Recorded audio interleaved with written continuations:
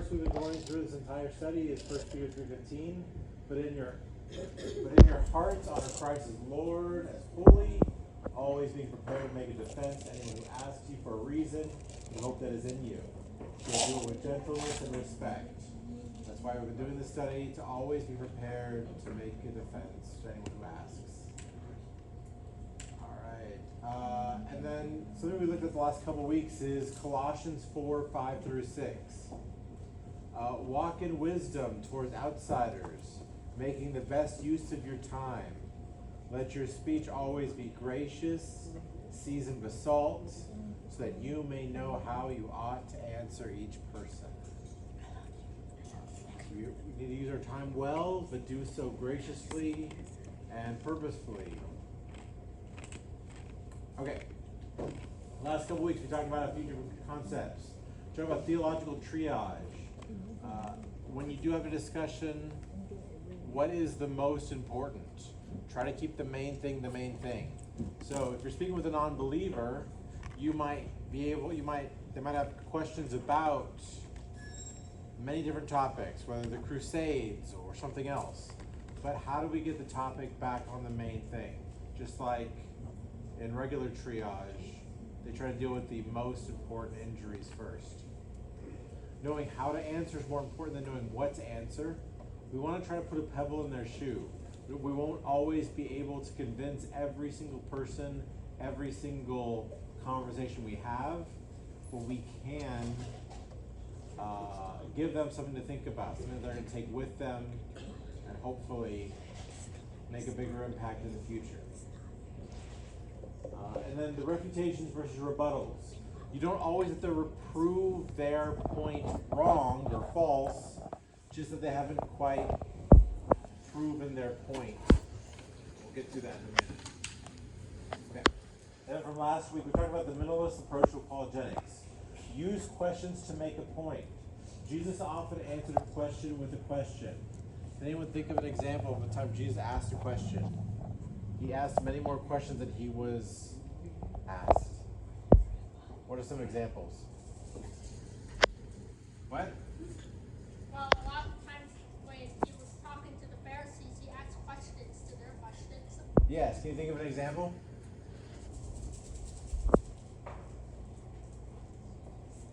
Caesar. Okay. Yes, they asked him about, is it right to pay taxes? What was Jesus' response?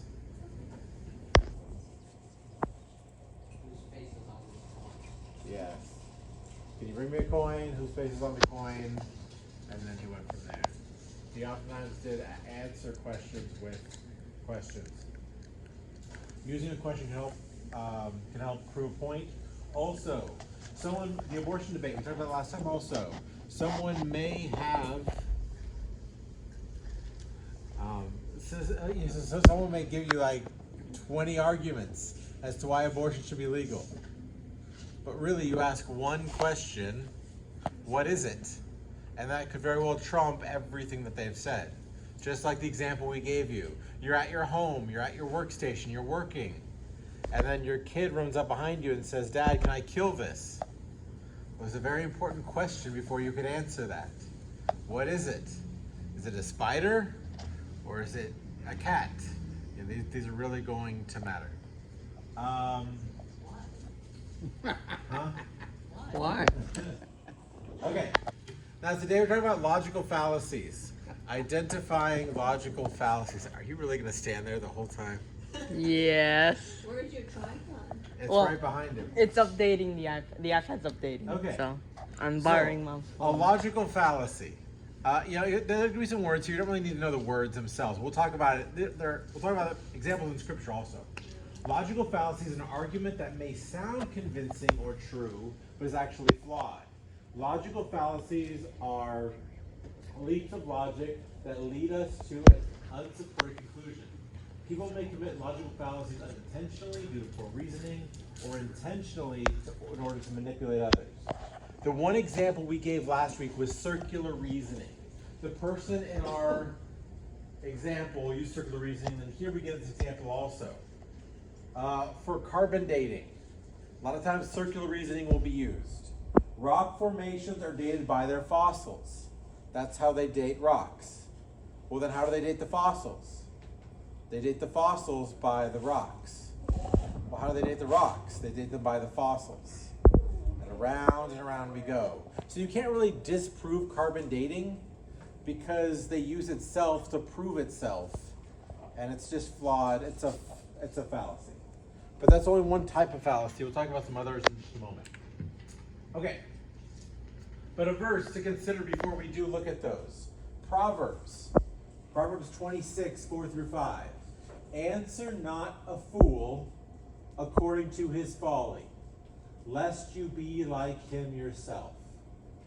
Answer a fool according to his folly, lest he be wise in his own eyes. Those two verses, each on their own, make sense. Let's look at the first one. Answer not a fool according to his folly, lest you be like him yourself. What do you think that means? Verse 4.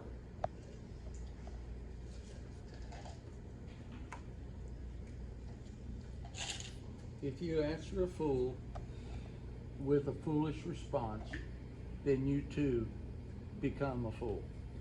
Yeah, a fool may say, something foolish. That's what fools do. Now, if you stoop down to their level and answer them, they say, I'm rubber, you're glue, whatever you say bounces off me and sticks to you. Well, I could say something just that's absurd, right? But then what am I doing? I'm going down to their level. So, if you answer a fool according to his folly, you may be like him, so don't do that. But then verse 5. Answer a fool according to his folly, lest he be wise in his own eyes. What does that mean? By lowering yourself, you elevate their foolishness. You legitimize the nonsensical statements that they're saying. Okay. So in the first one it told us, answer not a fool according to his folly. The second one it told us to answer a fool according to his folly. These seem contradictory, right? But if you don't answer a fool at all, he's going to think, wow, I was pretty smart. I made that guy, he couldn't even have a response. I'm the wisest man there is. But he's not. So how do we do these two things? We will consider 2 rules for conversing with non-believers. We'll take 1 rule from each, okay? So rule number 1, do not engage in fallacious reasoning. So with a fallacy, they are going to use bad reasoning. Don't stoop to their level. But the second verse, point out and correct their reasoning to show them how they are wrong. And Jesus does this. We'll give some examples of that both. So, there are fallacies. People are going to say foolish things. We're not going to copy them in their foolishness. We are going to shine the light on their foolishness and expose it for what it is. Okay, so Jesus engages with the Sadducees. We're going to look at a story here where Jesus and the Sadducees come up to Jesus and ask him a question. But before we do look at that verse, let's get some background information. Who are the Sadducees? That's the question. Who are the Sadducees? Anybody have an answer? Yeah, a group of Jewish leaders who do not believe in, the resurrection. That's very good. Yes. So what separates the Sadducees from the Pharisees? The Pharisees do believe in physical resurrection. That is true. Are there any other differences between the two? The Sadducees are sad all the time, and the Pharisees are not very fair.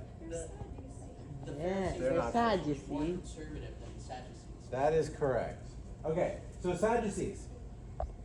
Usually, when we talk, about Bible stories, we're talking about the Pharisees. There's more stories about them, but the Sadducees are very much involved throughout all of this going on. Sadducees were a religious political group that held a great deal of power among the Jews in Israel. they actually cared more about the power than living the right way.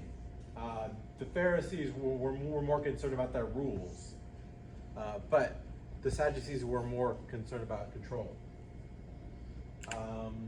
They denied the spiritual world. They denied angels or demons. They denied the resurrection of the dead and the afterlife. Acts 23:8 says, "For the Sadducees say that there's no resurrection, nor angels, nor spirits, but the Pharisees acknowledge them all." So, the Sadducees they actually knew their Torah very well. The first 5 books of the Old Testament, they knew that very well. They didn't really care about anything else. So they were the old Jewish equivalent of progressive Christians today, right? I don't understand the parallel. As in the progressive Christians who say God is just a Oh. metaphor and like really we're all part of one. Yeah, but does that make us the Pharisees? Oh, that's not a. Yeah, I understand what you're saying, but I'm afraid of what that implies. Okay, so here's a story in Matthew. Matthew 22. The same day Sadducees came to him, who say that there is no resurrection. And they asked him a question, saying, "Teacher, Moses said, if a man dies having no children, his brother must marry the widow and raise up offspring for his brother. Now there were 7 brothers among us. The first married and died, and having no offspring left, left his wife to his brother. So too the second and the third, down to the 7th. After them all, the woman died. In the resurrection, therefore, of the 7, whose wife will she be? For they all had her." This is the story. A man marries. He dies. And then his brother, there's 7 brothers. Next oldest brother marries the wife. He dies. Next oldest brother marries the wife. He dies all the way down to the last brother. The poor widow. That poor widow. Absolutely. So, but we know from this story, like from Matthew, it even says they don't believe in the resurrection at the beginning of the story. So they're asking him this question. In the resurrection, whose wife is she? Is she husband number 1, 2, 3, 4, 5, 6, 7? What's the answer? If you believe in the resurrection, Jesus, you should be able to answer this question. So, the Sadducees do not believe in the afterlife, but they know that Jesus does. Instead of just saying, "Jesus, there's no afterlife," it doesn't make sense. They ask him a question to try to prove their point. They believe that no matter what Jesus answers, it'll prove the afterlife cannot exist. If she only is married to one of the men, then she commits adultery against the others. If she marries to all the men, then she's guilty of polygamy. Either way, it doesn't add up. So they think they've set the perfect trap. What did Jesus say? And so, this is what's happened. This is not an honest question. They think they are clever. You know, because they don't even believe in the afterlife. So why would they ask questions about it? Yes. They're not no Jesus. Right. So it is. This is what's happened. This is where we are. Okay. So before we look at Jesus' response, there's 2 more things in context I want us to look at. First, imagine like a middle school. You're in a middle school, and then there's a fight in the cafeteria. What happens? Circle game. Everybody runs. Yes.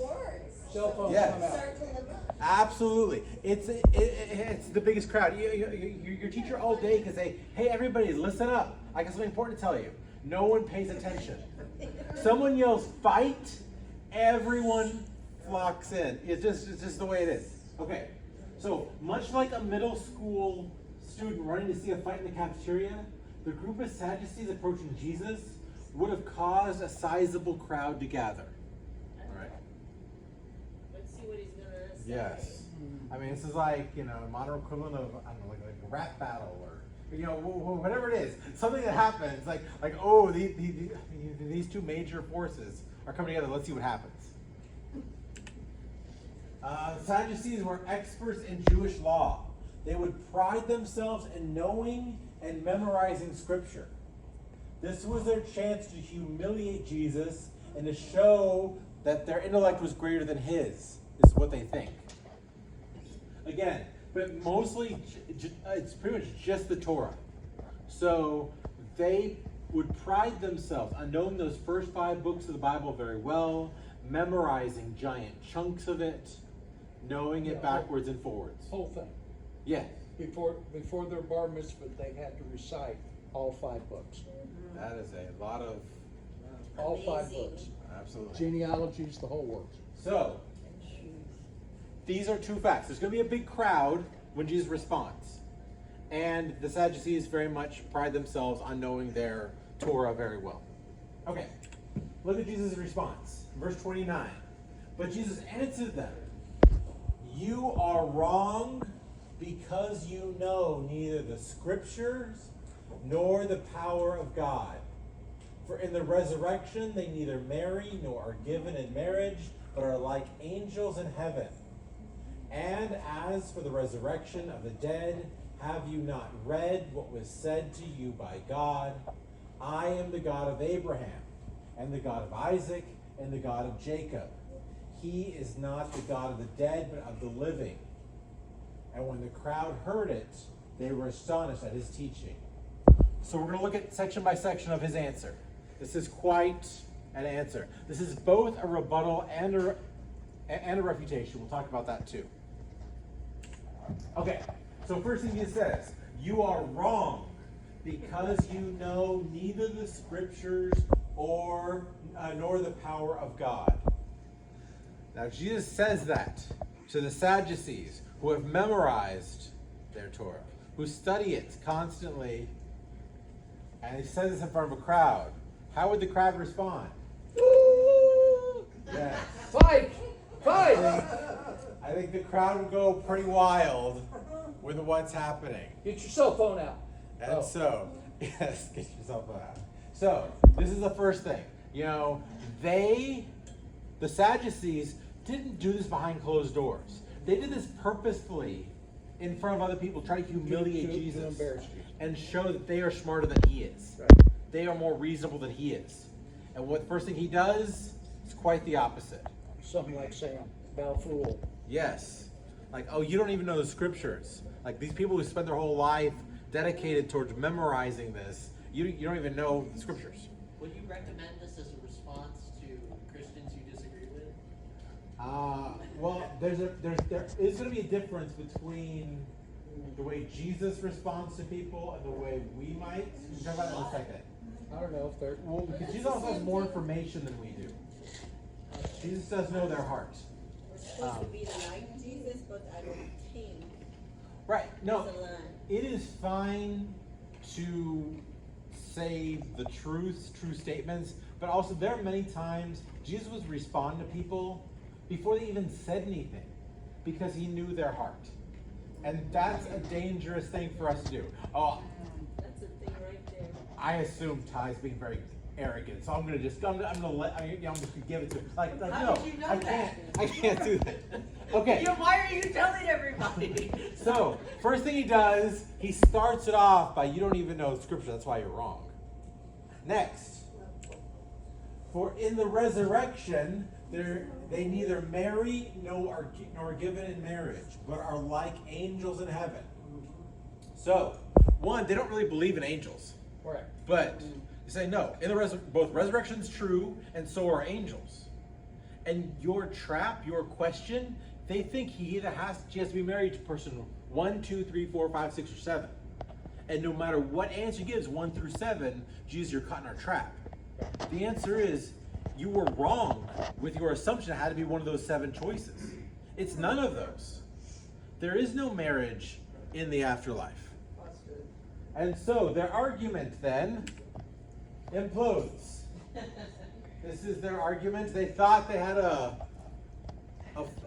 ironclad trap, Sure thing. and it was not. It is a building imploding because their argument is imploding. Okay, so then next. Now, okay, well, that was more like a rebuttal. Right. He basically proved,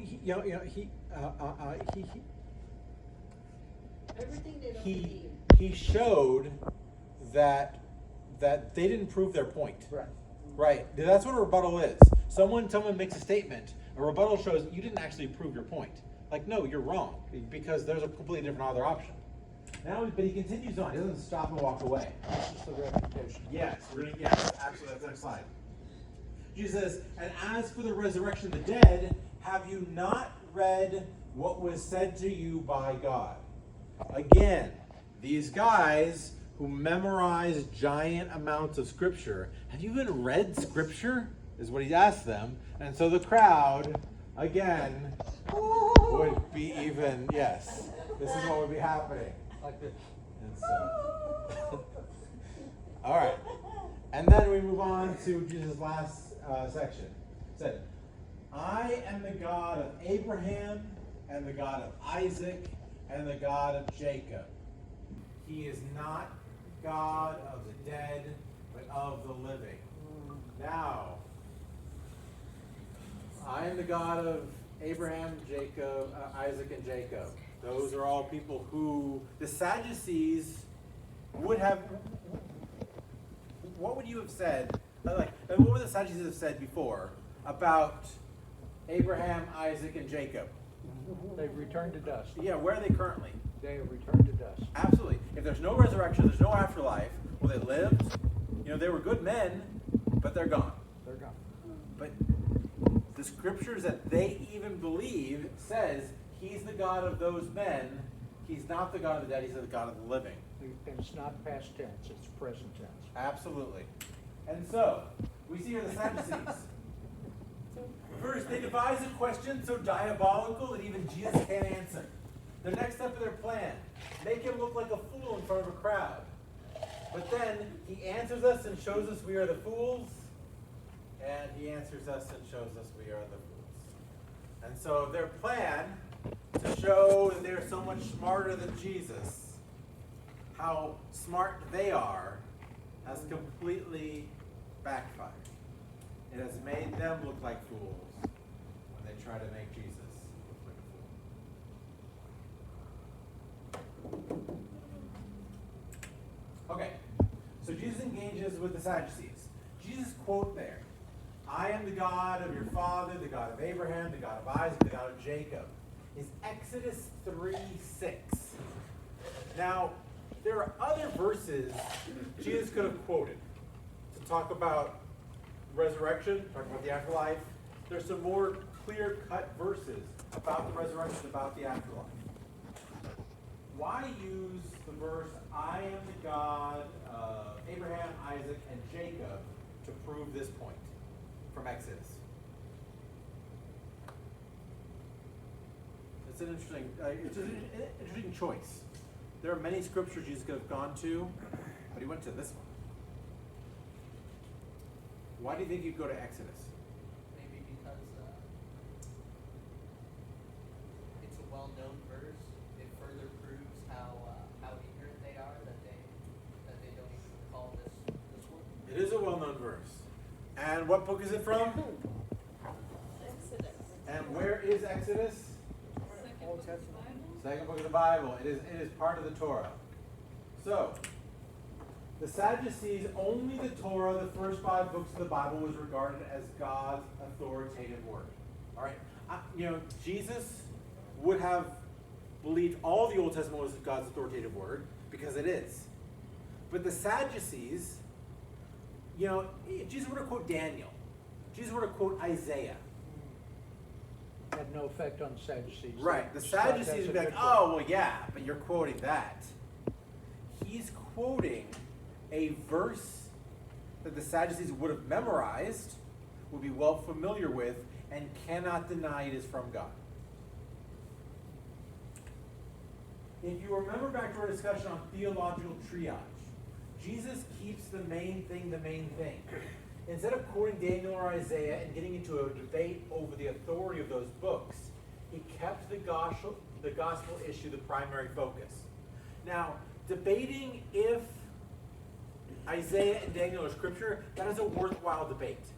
Absolutely. But when you come to someone who doesn't even believe in the resurrection, that is a gospel issue. There are things we can disagree about. You know, Martin Luther didn't like the book of James. We talked about that on Sunday. Could Martin Luther still be saved and not necessarily like the book of James? Yes. Yes. It's a secondary issue. Definitely worth talking through, but at least I can have a discussion with, if Martin Luther were alive today, I can have a discussion with him and know that at least could both be believers. If you're talking to someone who doesn't even believe in the resurrection, that's going to be a primary issue. If you don't believe Jesus was actually, would be able to rise from the dead, you don't believe all these other things about the afterlife or where we're going when we die, you cannot understand salvation biblically or the gospel. So Jesus keeps the conversation on the gospel. That is the primary focus, and that's what he does here. So he could have quoted many other places in Scripture, but instead of getting a debate about Daniel, about Isaiah, about any other book, he sticks to a verse that they would also believe, so that they could then talk about the afterlife. Okay. So that was an example of Jesus identifying and confronting logical fallacies from the Sadducees. Next, we're going to go over some of the most common logical fallacies and some ways to respond. It's important for believers to identify these fallacies, not only for when they are used against us, but also that we do not accidentally use them ourselves. We must first learn to take the logical fallacy out of our own eye so we can clearly remove the logical fallacy from others. You don't want to be committing these logical fallacies and then point them out in others. We want to make sure we understand them first. There are many different ones. We're just going to talk about a few, just to kind of give us a place to start from. What if you use them intentionally, not accidentally? There are people that do that, and they should call you out on that if you do. Okay, so one of the most common logical fallacies is a self-defeating statement. A self-defeating statement is a statement that refutes itself by failing to meet its own standard. So congratulations, you played yourself is basically in response to self-defeating statements. So we'll give you some examples. There is no absolute truth. Except for that absolute truth. So I come to you say, yeah, you want to tell me that, whatever absolute truth you want to claim is. I can say, absolute truth doesn't really exist. What's true for you may not be true for me. There is no absolute truth. Well, is that absolutely true? The statement itself defeats itself. Another example. You shouldn't judge anyone. It's wrong for you to judge, it's wrong for you to judge anybody. Well, how is that wrong? What is wrong with that statement? You're judging me. Then why are you judging me for judging? It is a judgment statement to say you shouldn't judge. No one should be intolerant of other beliefs. Nobody should be intolerant of other beliefs. Well, then why are you not tolerant of my beliefs? Because. Yeah, what they're really saying there is no one should be intolerant of the beliefs I hold, but I'm perfectly fine being intolerant of your beliefs. It doesn't sound as nice as no one should be intolerant of others' beliefs, but that's what they're really saying in the end. All right. Don't force your moral point of view on others. Isn't that a moral statement right there? Don't force what you believe on others. Well, then why are you forcing your moral point of view on me? If I shouldn't force, people are like, stop evangelizing. You want to be a Christian, fine, but leave everybody else alone.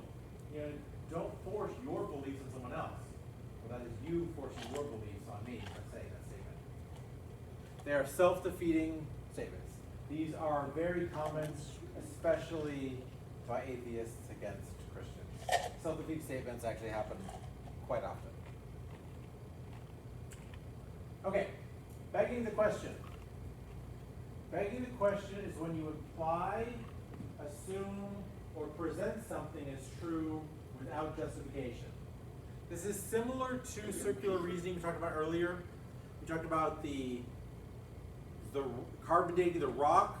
Well, we figure out the date of that by the fossil. We figure out the date of the fossil by the rock. It's kind of like that, but begging the question, we'll give you some examples of this. Okay. Ty, have you stopped beating your wife? Well, I'll have to get one. There's no good answer to that question. There's no good answer to that question. One first. Because you answer yes, well, that means I used to beat my wife. If you answer no, then that means you still beat your wife. The problem is not in the response, the problem is in the question. The question assumes things. Ty, what does this question assume? That person has been beating their wife. There's two assumptions. That's one. Yes. Ty, why did I ask you? Well, probably because I don't have a wife. Right. Well, right. The question assumes the person has a wife, and the question assumes that they've been beating their wife. So this question itself has assumptions that they have none at all, that have no justification. So why would you assume I beat my wife? Why would you assume I'm married? These are the kind of responses to a question. They want a yes or no, but the question itself is flawed. Okay. God doesn't exist because evolution is true. This one also has a couple different assumptions that they never even try to prove. What are some of the assumptions in this question? That evolution being true automatically invalidates God not existing. Yes. First off, that evolution is true. They just assume it. It's a given from this question. And then two, if evolution was true then, God could not exist. It is. Okay. So, they assume first evolution is true, second that it's true, God can exist. So how do we respond to this type of a statement? God doesn't exist because evolution is true. What makes you believe that evolution is true? Okay. That is absolutely a response. Anyone got anything else? Why does evolution existing make it where God doesn't exist? Good. Okay. So based on what we've talked about so far, which do you think is the path we should probably go down if we were having a conversation with this person? Why?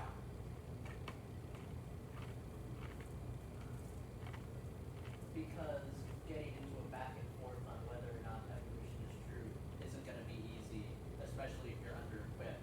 It's far easier to attack the assumption that Okay. evolution is true automatically invalidates. You're right. But I would also say another reason would also be theological triage. Right. Remember, if I'm about to get in a debate with someone, do I want to debate either evolution or God's existence? God's existence. Because I could actually might win that debate, but then what does it got me? You know, you treat the gunshot wound before you treat the whatever the other thing is. You rebut evolution. Right. So yes, are there Christians who believe in both evolution and God? Yes. Yes. Is it possible to hold that belief? Yes. Yes. So my first step would be like, okay, as I said, you know, why does evolution existing mean God doesn't exist? Because while I may not hold that same view on evolution, I can say, if hypothetically you're right on that, that doesn't disprove God. And we can go on to, I mean- there are many believers who hold to both truths. William Lane Craig. I don't know who that is. I'm sorry. He's a guy that believes in theistic evolution. Oh, yeah. But Ken Ham says he's going to hell. Right? So Okay. there are Christians who believe that if you don't believe in young Earth, and you do believe in theistic evolution, You're a heretic. then you're a heretic. There are people who believe that. I agree with you. Okay, here's another one. The Bible is false because it contains miracles, and miracles violate the laws of nature. Well, yes, that's the point. So, They wouldn't be miracles if they didn't violate the laws of nature. well, and so what's the assumption here that's wrong? Or are you saying this is a perfectly logical statement? The Bible is false because it contains miracles, and miracles violate the laws of nature. Miracles do violate the laws of nature, Yes. but that one does not follow the other. It's really a Right. non sequitur rather Right, than well, begging- right. The begging the the question. assumption here that they're not actually saying is that the laws of nature can never be violated. Right. Do we agree with that? No. No. I'm sorry? Oh, that's what you're saying. That's what they're saying, absolutely. But that is also the false assumption. Miracles do temporarily suspend the laws of nature, but the Bible is clear that God is beyond natural law. He can suspend or violate them as he chooses. Right. And there are times in the Bible he does. What are the times in the Bible where God suspends or violates the law of nature? Joshua fighting an army. And Joshua asked God to stop the sun in the sky, and God stopped the sun in the sky. The parting of the The sea. sun stops, the sea parts. A giant fish swallowing Jonah. Was that really a miracle? No, it's a miracle It's pretty he survived. miraculous. Yes. It's Well, the swallowed fact that him, he's spitting held him out. for 3 days and spit him back out. Yeah, but it was the eating part that I'm talking Right, about it's the specifically. spitting out part. Was, that's was the that a miracle? Okay, the non-digestion is a miracle. Okay. Or maybe he was partially digested. I don't know. Sure wouldn't come out whole. He was brown when he went in, and he was lily white when he came out. Yikes.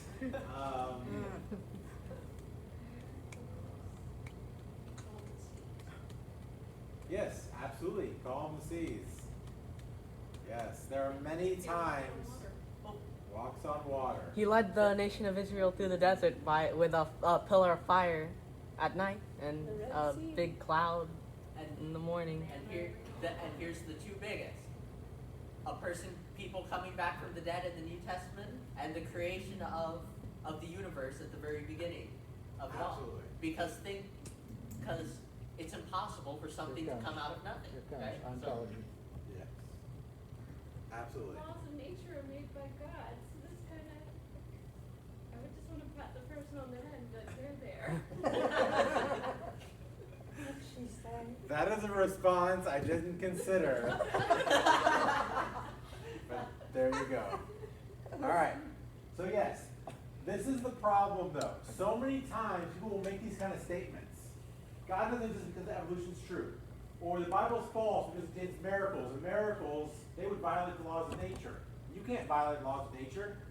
And so they would make these statements, and then people just try to answer them without actually realizing the statement they made is wrong, it's false, it's flawed.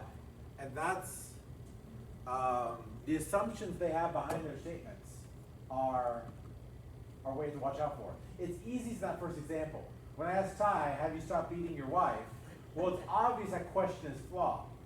It's harder to see that question is flawed as you get further and further into this, but that's where that's where most error is going to be, and false assumptions like these.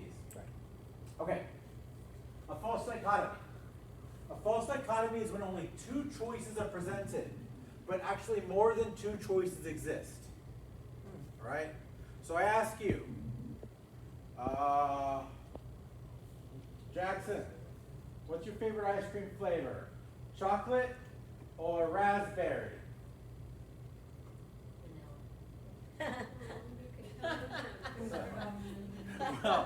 Well, the fact is, there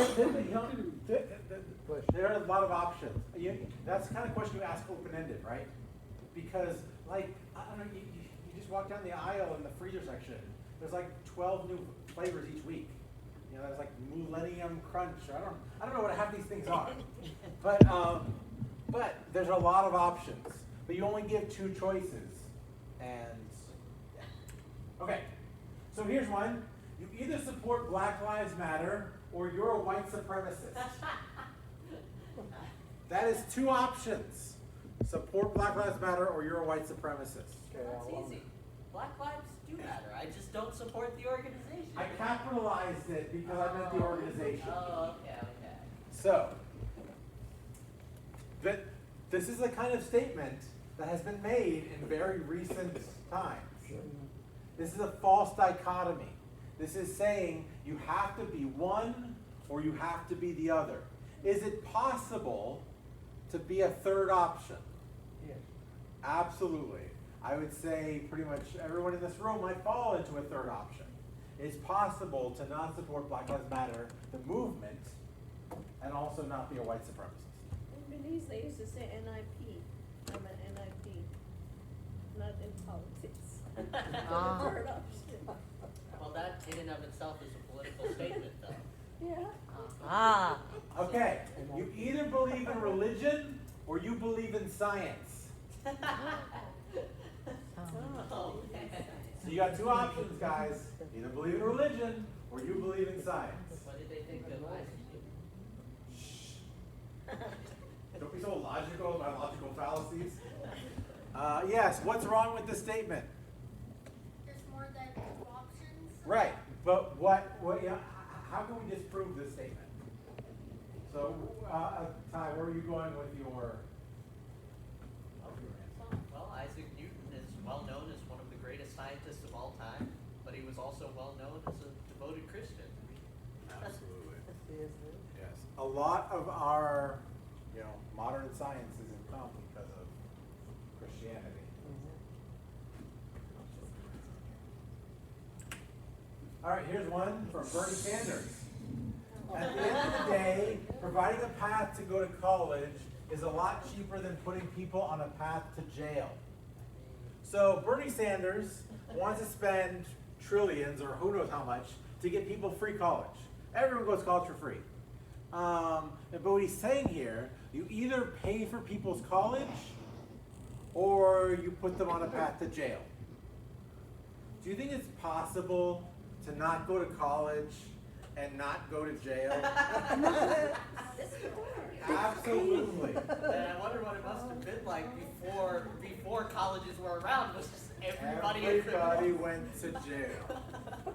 So, this is Bernie Sanders, and this is a false dichotomy. You have to choose one or the other, when actually the real answer is none of the above. But people do this all the time, especially Christians. Oh, well, you believe in Christianity? Well, I believe in science. They will make that kind of a statement, as if the 2 things are mutually exclusive, which they are not.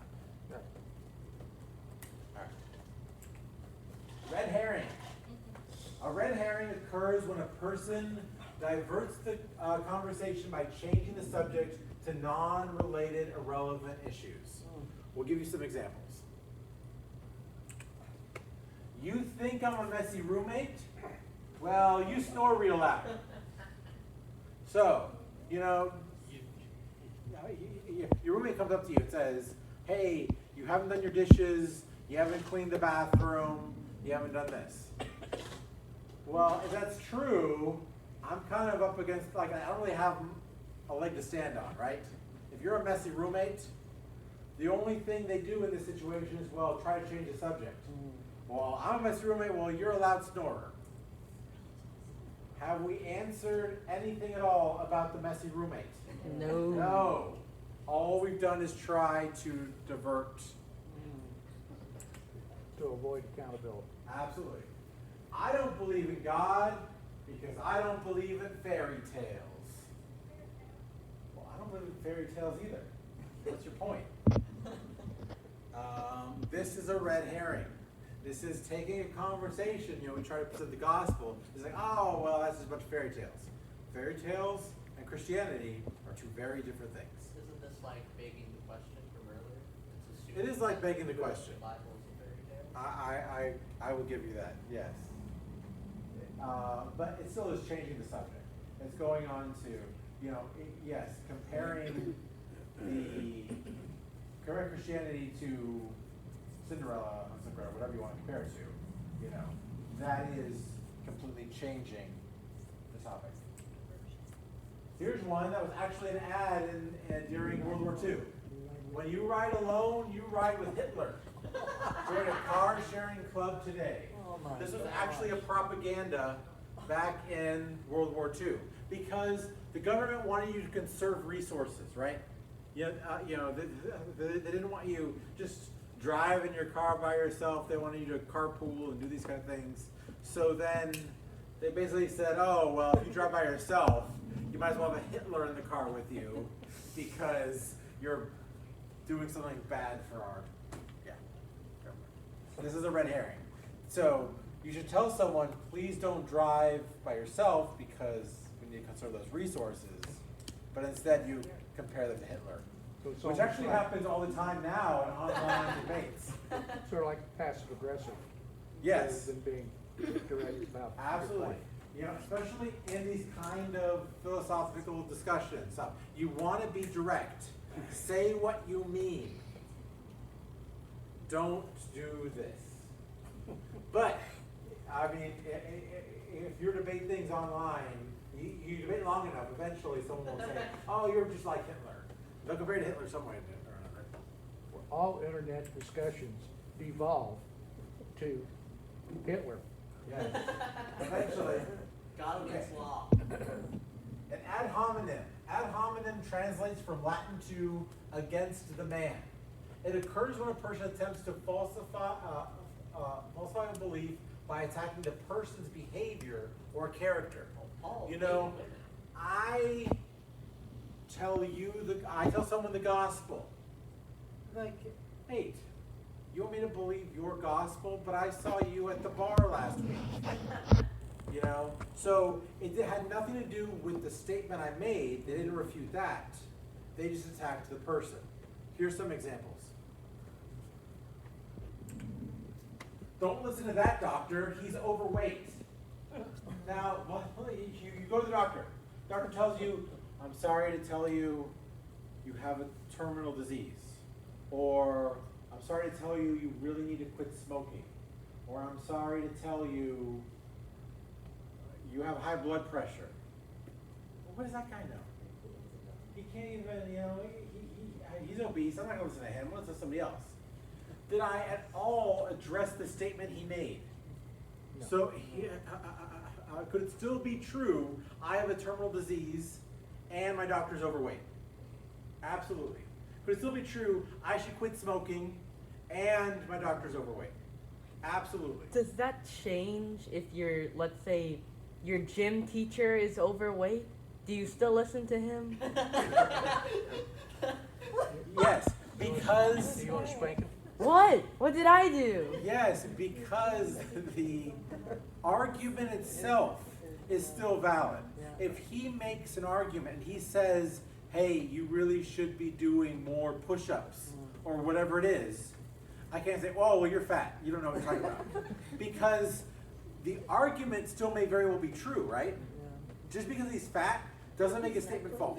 By the way you look, right? Well, if you're approaching it from an empirical standpoint, then he's showing that his regimen doesn't work in reality. Yeah. It produces obese people. It's simple logic. But it doesn't make the statement false. Just like if I were to say, hey, you need to accept Jesus as your Lord and Savior. That is the only way to heaven. The person says, oh, well, yeah, well, you're a hypocrite because I saw you do blank last week. Does that make my first statement wrong? No. I may have hurt my own witness by doing things I shouldn't have done. But the first statement is not false because of something bad I did once. We're all sinners saved by grace. We're all going to continue to sin. It's going to happen. And even a fat gym teacher may know how to help you lose weight. He could have medical condition. There could be many other things happening. I don't know. He has a bad knee. I don't know. Okay. Here's one from Mark 6:3. Is not this the carpenter, the son of Mary, the brother of James, and I don't know why it says that. I thought I just copied and pasted this. And Judas and Simon, and not his sisters here with us, and it took offense at him. So, they are looking at what Jesus is. Wait a minute. I don't have to listen to this guy. This guy's the son of the carpenter. Why would I listen to him? They didn't care about the words Jesus said. They said, Jesus doesn't count. He's just a commoner. Son of a carpenter, we don't have to listen to that guy. That is an ad hominem fallacy. Mitt Romney. Romney's not the solution, he's the problem. So, paid for by Barack Obama. Now, this ad in no way shows why you shouldn't vote for Romney, right? It doesn't say anywhere why you should vote for Obama. All it does is say, he's a problem. I'm just going to attack him. Not his policy, not anything else. It's just, we're attacking Mitt Romney. Wait, but he is the problem, though. Thank you. Okay. And Like, not to say Barack is any better, Barack but Obama's he is the the problem. solution. But this is still, an ad hominem can very well be true. Okay? It could be true your gym teacher is fat. It could be true. But all of that's true. But the real effectiveness of an ad hominem is when you really hit to the core of it. You're not black, so you can't understand my experience. You're not a woman, so you can't understand my truth. Oh, sorry. You wouldn't understand since you've never had this struggle. No, it's fine. That's exactly where I'm going. Yes. The fact is, like, hey, you know what? If you're not a woman, you don't get a say in the abortion debate. Right. Even though it took a You know Right. how long that ad hominem has been around? That's probably one of the longest ones that I can think of. As long as abortion's been around. Absolutely. You want an opinion on abortion? Well, you don't get one unless you're a woman. They're saying you wouldn't understand since you've never had this struggle. Well, I identify as a woman now, and I say that there's a problem with abortion. For the 5 seconds I'm making this Stop statement, now. Oh, yeah, of course. But if she says that I'm not a What is a woman, woman? There you go. Okay, Matt. So, yes, and this is very common now with our critical race theory and all that, Right. the intersectionality, the if you are not, if you're not white, you're not male, you're not cisgender, you're not right-handed, you're not born on a Thursday, I don't know, any of the things, whatever it is, you're oppressed, right? And the more things of those that line up, you're even more oppressed. And so, by saying, hey, you're not as oppressed as I am, therefore you just wouldn't understand. Yeah. As if somehow that has won them the debate. That's like their trump card. They win because they are the most oppressed, and you don't understand their situation. Well, you're right, I don't understand your situation. How does that affect my points, though? Right. Or hey, yes, I am an overweight doctor. That doesn't mean you shouldn't quit smoking. All these things are ad hominems. They are attacking the person instead of attacking the argument. It happens a lot when we do witness as well, because that's one reason also why we're afraid to witness. Who am I?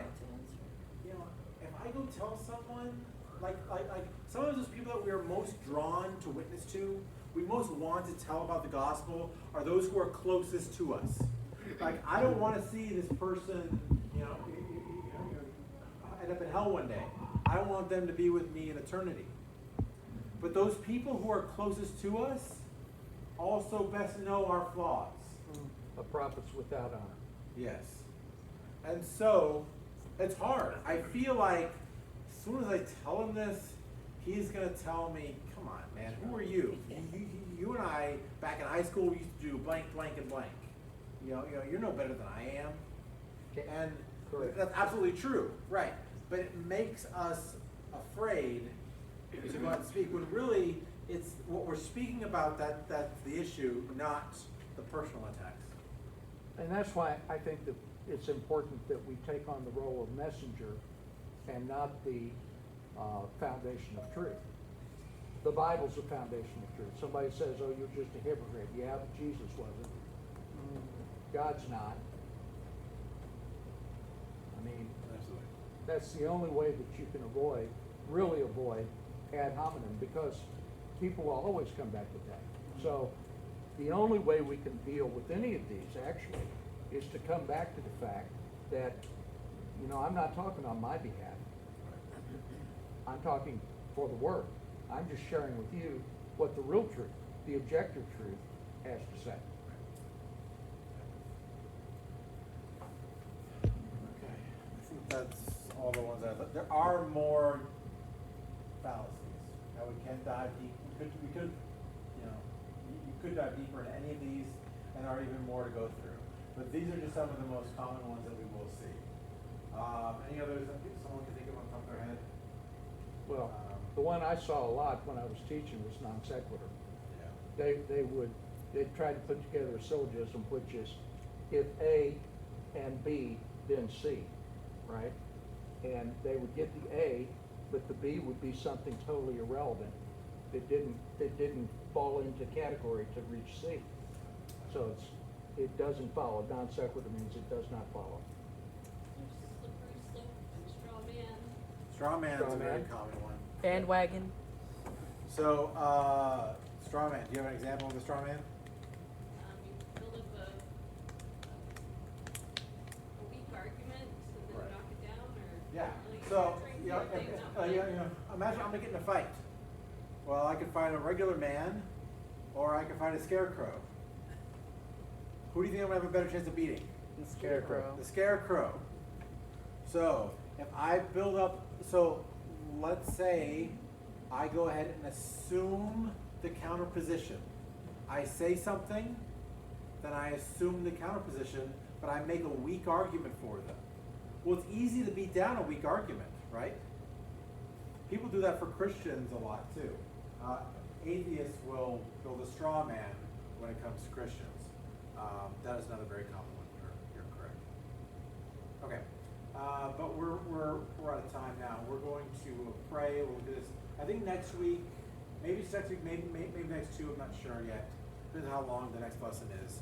We're going to try to kind of tie a lot of this together. We're going to start looking at some actual conversations or some just statements like you witness someone. Here's an objection someone has. Well, how can we consider things that we've talked about so far? Theological triage. How can we consider how to avoid both falling into and also being victim of these kind of fallacies? We'll talk through these kind of things. Also, how can we help put a pebble in someone's shoe? Just some more practical answers to this to kind of wrap this up before we move on. But we're going to go ahead and just, if you have any prayer requests, I'd like to lift those up. So. Let's go ahead.